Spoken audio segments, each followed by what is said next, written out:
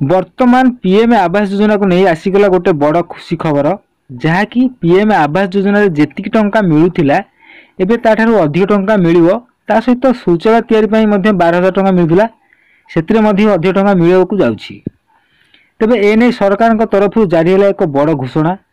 तेज कौन रही संपूर्ण अपडेट जाना भिडियो को शेष पर्यंत देखूँ। ता पूर्व भिडियो को निहाती भाव गोटे लाइक कर दिंतु और चैनल को जब प्रथम थर आसी चैनल को सब्सक्राइब कर पाखे घंटा चिन्ह दबे ऑल सेट कर दिंतु जहाँद्वारा कि यही सरकार तरफ आसुवा नुआ नुआ अपडेटर इनफर्मेशन आपण मैंने सर्वप्रथम पाइपर यह चैनल माध्यम। प्रथम तो एक अपडेट देखि नियंतु। पीएम आवास एवं मिल अधिक टंका बढ़ पीएम आवास टंका 1,20,000 बदल में मिल 1,80,000 टंका। एठारे देखंतु एक न्यूज तरफ आर्टिकल प्रकाश पाई जे समस्त को घर जोगाइबार लक्ष्य नहीं आरंभ कर प्रधानमंत्री आवास योजना को रूपायन करिबारे ओडिशा नुआ नीति आपणैयाकु जाउछि।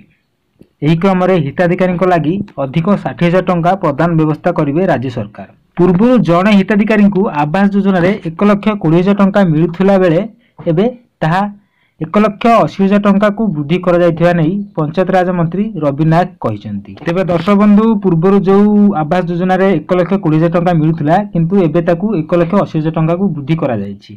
सेहीपरि आपण मान पय आउ मध्ये गोटे खुशी खबर रही जहाँकि शौचालय पय पूर्व 12,000 टंका दिया जाउथिला वर्तमान ताकू 20,000 टंका दिया जाय पय व्यवस्था करा जायछि। प्रति आवास घर को मॉडल गृह भाव निर्माण कराइबे राज्य सरकार। पानी शौचालय बिजुली सबु आवास को जोगाई दिया जिवो बोली मंत्री सूचना देइछंती।